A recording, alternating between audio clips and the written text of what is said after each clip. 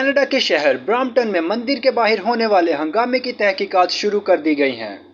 مقامی پولیس کے مطابق مندر کے باہر ہنگامہ آرائی کے واقعے میں ابھی تک کوئی گرفتاری عمل میں نہیں آئی۔ پولیس کے مطابق ہندو سبھا مندر کے سامنے خالصتان کے حامی لوگوں کی جانب سے احتجاج جاری تھا اور ہنگامہ آرائی شروع ہو گئی، جس پر پولیس نے مندر کے قریب نفری بڑھا دی اور فساد میں ملوث افراد کے بارے میں معلومات اکٹھی کرنا شروع کر دی۔ کینیڈا کے وزیر اعظم جسٹن ٹروڈو اور اپوزیشن لیڈر پیری پولیوور سمیت کئی سیاستدانوں نے اس واقعے کی مذمت کی ہے۔ واضح رہے کہ کینیڈا اور بھارت کے تعلقات کشیدہ ہیں اور کینیڈا میں خالصتان کے حامیوں کی بڑی تعداد موجود ہے۔